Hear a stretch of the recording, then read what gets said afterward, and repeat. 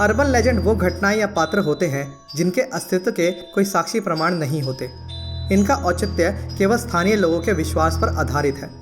लेकिन फिर भी कुछ लोग सामने आते हैं जो ये दावा करते हैं कि उन्होंने उस अर्बन लेजेंड को देखा है या उनका उन अर्बन लेजेंड से सामना हुआ है, और फिर धीरे धीरे इस वाक्य को सभी सच मानने लगते हैं। आज का हमारा समाज ऐसे ही दो भागों में बटा हुआ है।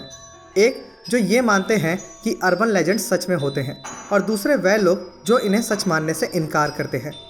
आज के वीडियो में आप दुनिया में विख्यात ऐसे ही कुछ सबसे डरावने अर्बन लेजेंड्स के बारे में जानेंगे जो दुनिया के अलग अलग लोगों के दिलों में दहशत पैदा किए हुए हैं।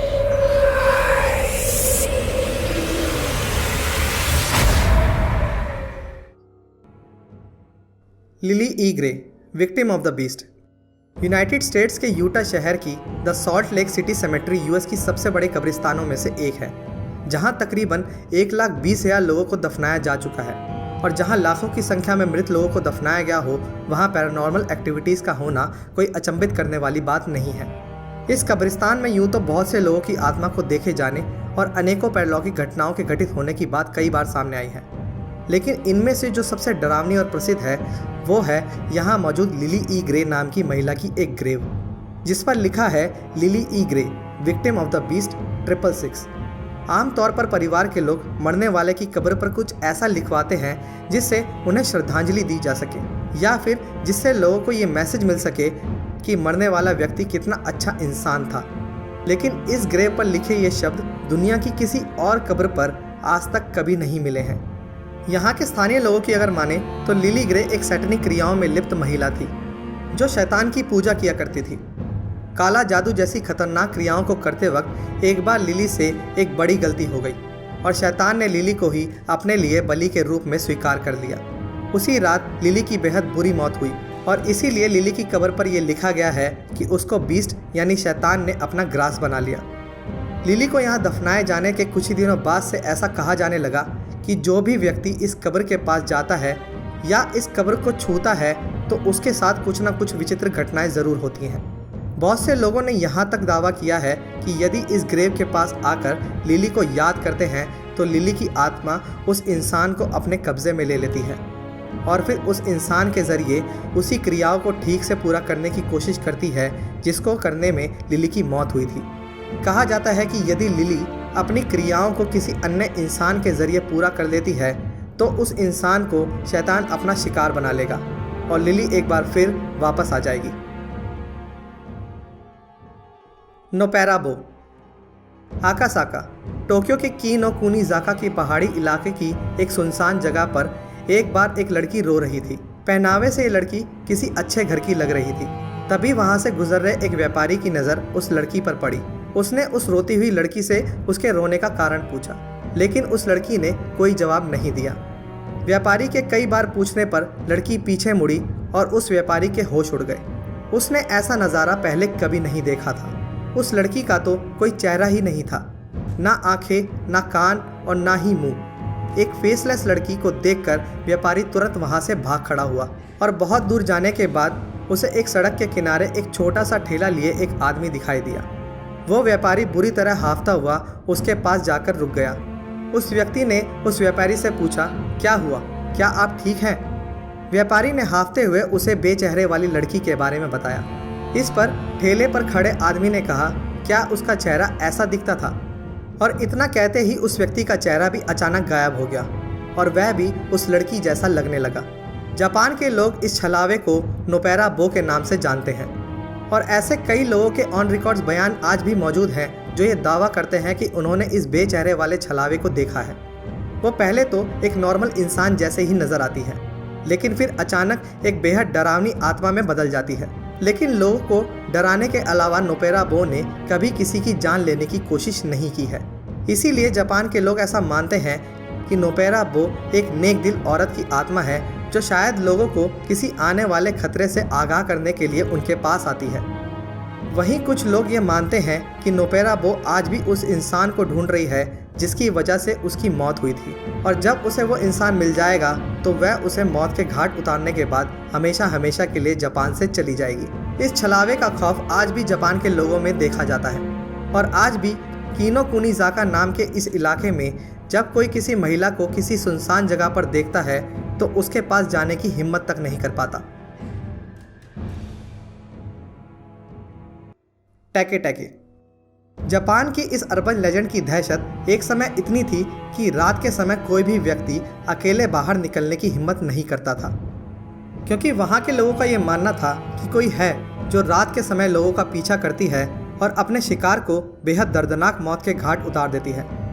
लोगों का मानना था कि वह एक लड़की की आत्मा है जिसका शरीर बीच में से आधा कटा हुआ है और उसके हाथों में एक धारदार हथियार होता है और वो अपने कोनियों के बल रेंगते हुए लोगों का पीछा करती है और उनसे पूछा करती है कि मेरा आधा शरीर कहाँ है।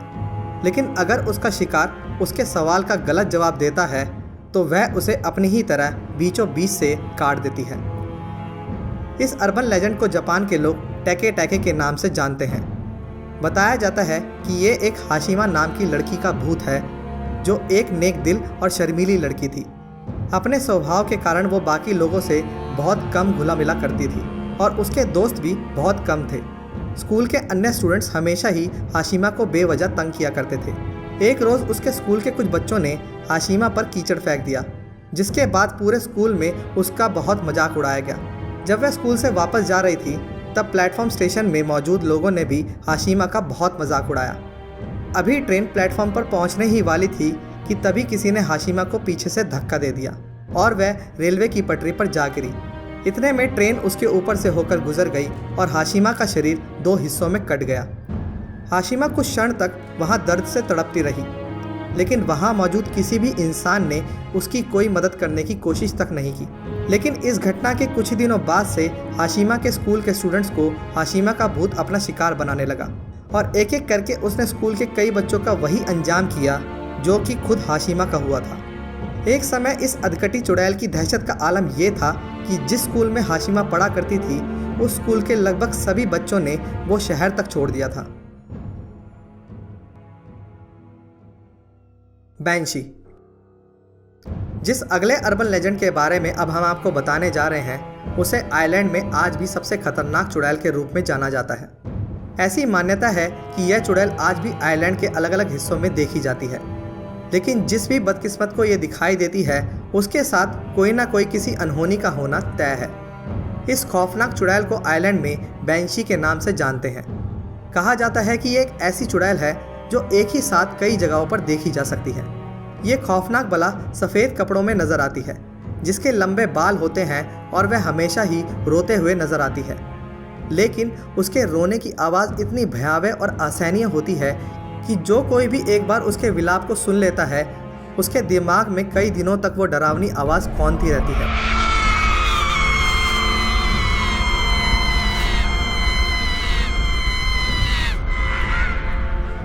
सिर्फ इतना ही नहीं, जिसे भी बैंशी दिखाई देती है उसका या उसके किसी करीबी की मौत होना तय है, क्योंकि बैंशी का रोते हुए किसी के सामने आना इस बात का संकेत होता है कि बहुत जल्द उसे या उसके किसी करीबी का बैंशी की दुनिया में शामिल होने का समय आ गया है। हमेशा रोते रहने की वजह से उसकी आंखें सुर्ख लाल होती हैं और आंखों के इर्द गिर्द गहरे काले धब्बे होते हैं। कहा जाता है कि जब किसी की मौत निकट होती है तो उसे या उसके परिवार के किसी सदस्य को कुछ दिन पहले ही बैंशी के विलाप की आवाज़ें आना शुरू हो जाती हैं। दरअसल मिडीवल काल में बैंशी वो महिला होती थी जो किसी की मृत्यु उपरांत उसके अंतिम संस्कार के समय रो रो कर विलाप करने का काम किया करती थी। ऐसी ही मान्यता एक समय में भारत में भी हुआ करती थी, जिसमें मौत के बाद रोने के लिए महिलाओं को बुलाया जाता था, जिसका काम ज़ोर ज़ोर से रोना और मरने वाले की याद में गाना गाना होता था। ऐसी महिलाओं को भारत में रुदाली कहा जाता था और इन्हें आइलैंड में कीनर या बैंशी कहा जाता था, जिनका काम केवल ये था कि जब भी कोई बड़े घराने का इंसान मर जाता था तो ये बैंशी वहाँ आकर ज़ोर ज़ोर से रोती थी और बदले में इनकी फ़ीस के तौर पर शराब दी जाती थी, जिसकी वजह से ये एक उम्र आने तक ये महिला अल्कोहलिक यानी शराबी बन जाती थी और इसी कारण से इसको समाज में ज़्यादा इज्जत नहीं मिलती थी। एक तरफ इनका अजीब पेशा और दूसरी ओर इनकी शराब की लत, इन वजह से कोई भी इन बैंशी को पसंद नहीं करता था।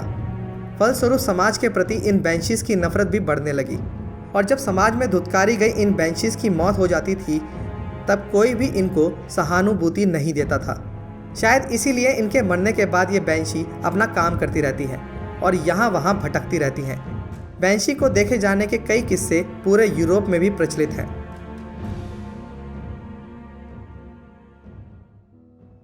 म्यूगन केन। इस अर्बन लेजेंड का मुख्य पात्र आज की वीडियो में बताए गए अन्य अर्बन लेजेंड से कुछ अलग है, क्योंकि जापान की यह अर्बन लेजेंड कैरेक्टर किसी को मौत के घाट उतारने की बजाय उसे धन और संपत्ति से मालामाल कर देती है।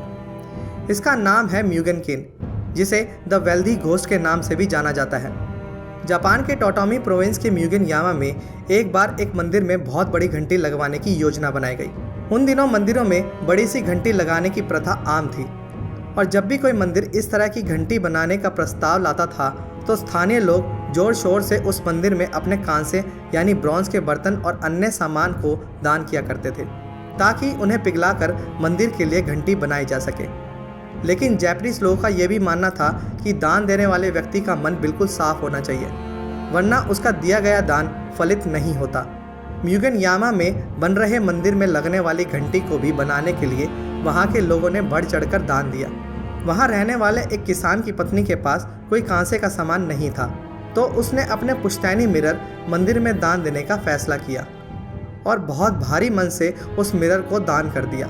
लेकिन इसके बाद वो अपने उस मिरर को मिस करने लगी, क्योंकि वो मिरर उसकी नानी ने उसकी माँ को और उसकी माँ ने उसे दिया था। उसके मन में कई बार उस मिरर को मंदिर से वापस मांग लाने का भी ख्याल आया, लेकिन किन्हीं कारणों से वो ऐसा नहीं कर पाई। पर कहते हैं कि जब उस मंदिर के घंटे को बनाने के लिए दान में आई चीज़ों को पिघलाना शुरू किया गया तो सभी चीज़ें पिघल गई, बस उस मिरर को छोड़कर जो किसान की बीवी ने बेमन से मंदिर को दिया था। ये बात पूरे गांव में फैल गई और महिला को काफ़ी आलोचनाओं का सामना करना पड़ा।